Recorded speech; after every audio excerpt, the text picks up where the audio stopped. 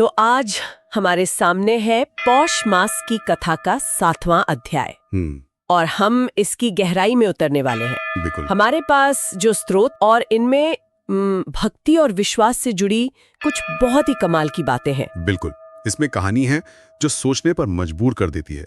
फिर अयोध्या के कुछ पवित्र स्थानों का जिक्र है। हाँ, और हर स्थान की अपनी एक अलग कहानी। जी। और फिर कुछ ऐसी शक्तिशाली प्रार्थनाएं हैं जिन्हें सिर्फ मंत्र नहीं बल्कि आप कह सकती हैं कि एक तरह का आध्यात्मिक सुरक्षा कवच माना जाता है। तो कोशिश यही रहेगी कि इन कथाओं और स्तोत्रों से सिर्फ जानकारी नहीं बल्कि वो गहरे सबक निकालें जो आज भी उतने ही जरूरी हैं। चलिए देखते हैं इन स्त्रोतों में हमारे लिए क्या छिपा है। तो शुरुआत होती है एक कहानी से। सुनने में बहुत सीधी सादी लगती है पर है नहीं।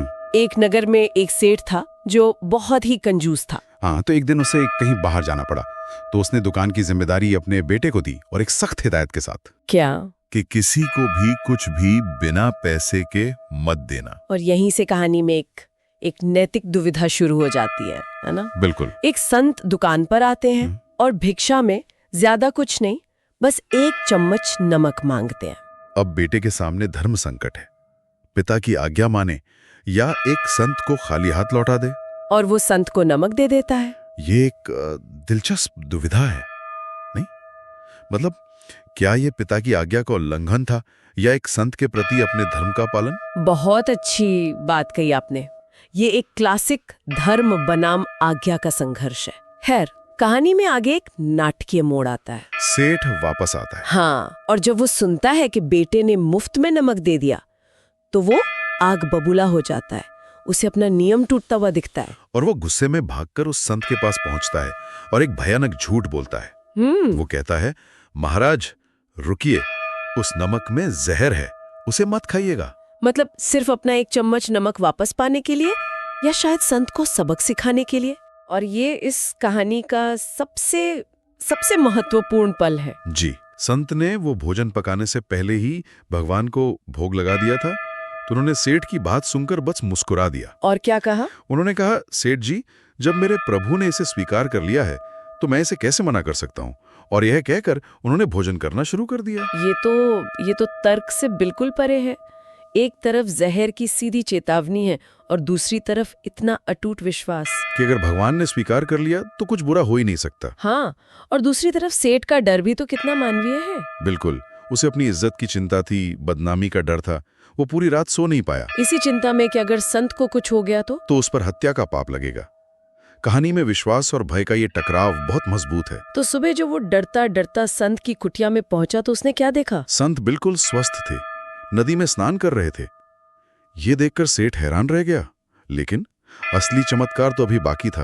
अच्छा। बिल्कुल, जब संत पूजा करने मंदिर गए तो उन्होंने देखा कि भगवान की पत्थर की मूर्ति वो 2 टुकड़ों में टूट गई थी और उसका रंग काला पड़ गया था। क्या? मतलब स्रोत के अनुसार ये देखकर सेठ को सारी बात समझ में आ गई। उसके झूठ का जहर संत ने नहीं बल्कि स्वयं भगवान ने पी लिया था, ताकि उनके भक्त का विश्वास न टूटे। जी हाँ। ये तो अविश्वसनीय है। मतलब भक्त के विश्वास की रक्षा के लिए भगवान की मूर्ति टूट गई। और आप सोचिए उस सेठ पर क्या असर पड़ा होगा। ये कहानी सिर्फ विश्वास की नहीं बल्कि एक कॉग्निटिव शिफ्ट की है। उसका पूरा नजरिया ही बदल गया। हाँ, उसका पूरा वर्ल्ड व्यू जो सिर्फ लेन देन और मुनाफे पे टिका था वो एक ही झटके में चरमरा गया। वो सेठ भी सब कुछ छोड़कर उसी संत की शरण में चला गया। तो वो कहानी थी विश्वास की शक्ति की और कैसे एक घटना ने एक इंसान को पूरी तरह बदल दिया। अक्सर ऐसा विश्वास जगहों से भी जुड़ जाता है। स्रोत हमें अब अयोध्या की कुछ ऐसी ही जगहों की यात्रा पर ले जाता है। हाँ, और ये सिर्फ तालाब या कुंड नहीं है, ये आस्था के वो केंद्र हैं जहां इतिहास और पौराणिक कथाएं एक दूसरे में घुल मिल जाती हैं। जैसे सबसे पहले रोधक तीर्थ का जिक्र है। रोधक तीर्थ? कहा जाता है कि यहीं पर राजा दशरथ ने संतान प्राप्ति के लिए पुत्रेष्टि यज्ञ किया था। 1 मिनट, पुत्रेष्टि यज्ञ, ये वही है ना जो राजा दशरथ ने पुत्र प्राप्ति के लिए किया था जिसके बाद भगवान राम का जन्म हुआ? जी हाँ, बिल्कुल वही। और कथा के अनुसार इसी यज्ञ के अंत में अग्निदेव सोने के एक पात्र में खीर लेकर प्रकट हुए। अच्छा। और जिस स्थान पर वो खीर मिली वही रोधक तीर्थ कहलाया। और फिर बृहस्पति कुंड का भी जिक्र है। हाँ, माना जाता है कि वहां स्वयं देवगुरु बृहस्पति ने निवास किया था। मतलब हर जगह किसी न किसी दिव्य हस्ती से जुड़ी हुई है। और सिर्फ दिव्य हस्तियां ही नहीं, मानवीय भावनाएं भी, जैसे रुक्मिणी कुंड, जिसे भगवान श्री कृष्ण की पत्नी रुक्मिणी ने बनवाया था। स्रोत में इस स्थान पर भगवान विष्णु के खास रूप का ध्यान करने की विधि भी बताई गई है। कैसी विधि? पीतांबर पहने हुए, शंख, चक्र, गदा और पद्म धारण किए हुए, और छाती पर कौस्तुभ मणि। ये सिर्फ स्नान नहीं है, ये उस स्थान की ऊर्जा से जुड़ने का एक तरीका है। एक और दिलचस्प तीर्थ है धन यक्ष। इसकी कहानी राजा हरिश्चंद्र से जुड़ी है। हाँ, सत्यवादी राजा हरिश्चंद्र। जब विश्वामित्र ने परीक्षा लेने के लिए उनसे उनका पूरा राज्य दान में ले लिया था जी, तो कथा के अनुसार विश्वामित्र ने वो सारा धन एक यक्ष के संरक्षण में रख दिया था और बाद में प्रसन्न होकर उस स्थान को धन यक्ष के नाम से प्रसिद्ध होने का वरदान दिया। यहाँ 9 निधियों के पूजन की बात कही गई है। 9 निधियाँ? हाँ, ये कुबेर के खजाने वाली 9 निधियाँ हैं। बिल्कुल। और ये 9 निधियां सिर्फ पैसा नहीं है, ये अलग अलग तरह की समृद्धि के प्रतीक हैं। जैसे पद्मनिधि पीढ़ियों तक चलने वाली संपत्ति का प्रतीक है, तो शंख निधि कला और विज्ञान से मिलने वाले धन का। मतलब ये एक समग्र समृद्धि की बात है। सही कहा। और फिर घोषाकुंड की कहानी तो बहुत ही रोचक है। राजा घोष को कोई रोग था। हाँ, चर्म रोग, और उन्होंने इस कुंड में स्नान किया और वे पूरी तरह ठीक हो गए। ये तो आज के मेडिकल टूरिज्म जैसा ही कुछ हो गया, बस आस्था के साथ। बिल्कुल। और ठीक होने के बाद उन्होंने सूर्य देव की एक बहुत सुंदर स्तुति की, जिसमें उन्होंने सूर्य को सच्चिदानंदमय और संपूर्ण रोगों का नाशक कहा है। और इस स्तुति से प्रसन्न होकर भगवान सूर्य ने उन्हें दर्शन दिए और वरदान दिया कि ये स्थान उन्हीं के नाम पर घोषा कुंड के नाम से प्रसिद्ध होगा। ये सभी स्थान हमें दिखाते हैं कि कैसे आस्था, इतिहास और चमत्कार ये सब मिलकर एक भूगोल को पवित्र बनाते हैं। इन सभी स्थानों में एक बात कॉमन है, रक्षा और मनोकामना की प्रार्थना। और इसी रक्षा की भावना का सबसे शक्तिशाली रूप हमें स्रोत में आगे नारायण कवच में मिलता है। नारायण कवच सिर्फ एक प्रार्थना नहीं है, ये एक बहुत ही व्यवस्थित आध्यात्मिक डिफेंस सिस्टम है। Defence system? हाँ, इसकी संरचना बहुत दिलचस्प है। इसमें भगवान विष्णु के अलग अलग अवतारों से शरीर, मन और आत्मा की रक्षा करने का आह्वान है, और हर अवतार एक खास परिस्थिति से जुड़ा है। जैसे कुछ उदाहरण दे सकती हैं? जरूर।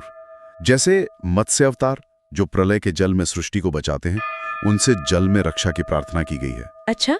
वामन अवतार, जिन्होंने 3 पग में पूरी पृथ्वी नाप ली थी, उनसे स्थल पर रक्षा की प्रार्थना है।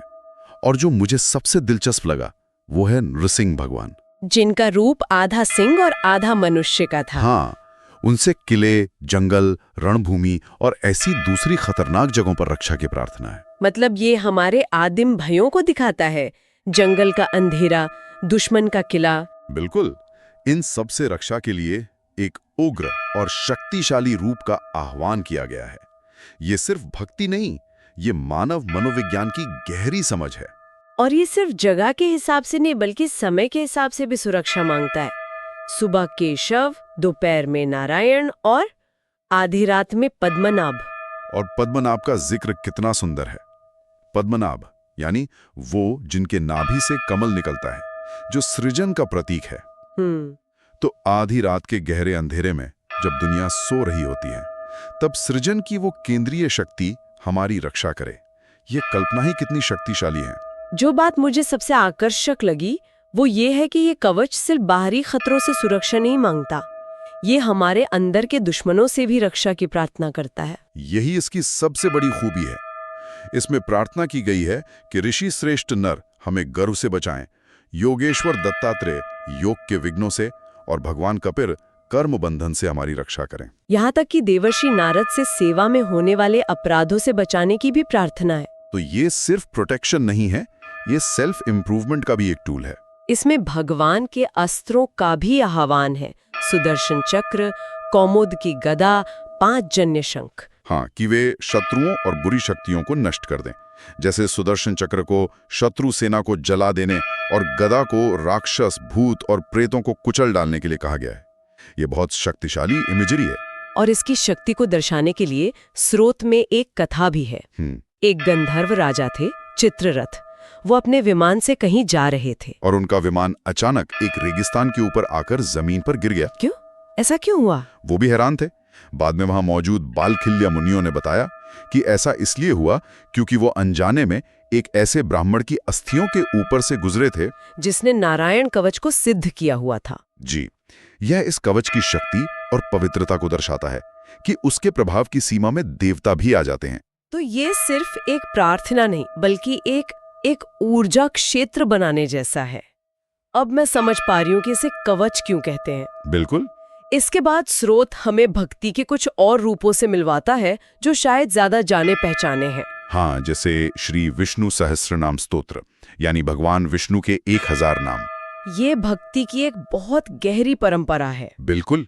हर नाम भगवान के एक गुण, एक लीला या एक शक्ति का प्रतीक है। 1000 नामों में से कोई एक नाम जो आपको खास तौर पर दिलचस्प लगता हो? जैसे एक नाम है भेषजम। इसका सीधा सा मतलब है औषधि या दवा। अच्छा। यानी ईश्वर सिर्फ आत्मा का ही नहीं बल्कि शरीर का भी हीलर है। ईश्वर को एक कॉस्मिक डॉक्टर के रूप में देखना। क्या बात है। एक और नाम है सहस्रांशु, यानी 1000 किरणों वाला, जो सूर्य का भी प्रतीक है। इसका अर्थ है कि ईश्वर ज्ञान और ऊर्जा का अनंत स्रोत है। हर नाम एक नया पर्सपेक्टिव देता है। और सहस्र नाम के साथ साथ श्री तुलसी चालीसा और आरती का भी जिक्र है। हाँ, तुलसी को भगवान विष्णु का प्रिय माना जाता है और उनकी पूजा बहुत महत्वपूर्ण है। चालीसा में एक पंक्ति है, भगवत पूजा करे जो कोई, बिना तुम्हारे सफल न होए। और ये दिखाता है कि भक्ति के इकोसिस्टम में हर तत्व का अपना एक प्रतीकात्मक महत्व है।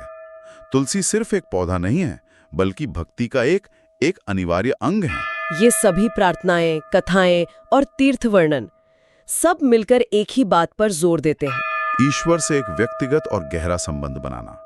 और ये दिखाता है कि उस संबंध को बनाने के रास्ते अलग अलग हो सकते हैं पर मंजिल एक ही है। तो आज हमने एक साधारण सी दिखने वाली कहानी में विश्वास की असाधारण शक्ति को देखा, कैसे वह हमारे पूरे वजूद को बदल सकती है। हमने अयोध्या के उन पवित्र कोनों की सैर की जहां इतिहास और आस्था एक हो जाते हैं, और नारायण कवच जैसे शक्तिशाली स्तोत्रों के पीछे के मनोविज्ञान को समझा। और इन सभी स्रोतों को एक साथ देखने पर एक बात बिल्कुल साफ हो जाती है। क्या? कि भक्ति का मार्ग कोई एक सीधी सड़क नहीं है बल्कि कई पगडंडियों वाला एक विशाल बगीचा है। कोई कहानी सुनकर अपना विश्वास मजबूत करता है, कोई किसी पवित्र स्थान पर जाकर ऊर्जा महसूस करता है, तो कोई 1000 नामों का जाप करके उस अनंत शक्ति से जुड़ता है। लेकिन सबका लक्ष्य एक ही है, उस दिव्य शक्ति को महसूस करना जो इन सब के केंद्र में है। और ये हमें आज के लिए एक बहुत ही दिलचस्प सवाल पर लाकर छोड़ता है। आज की इस आधुनिक दुनिया में जहां हम हर चीज को तर्क, डेटा और विज्ञान से तौलते हैं, ये कहानियां, ये तीर्थ और ये कवच हमारे लिए क्या मायने रखते हैं?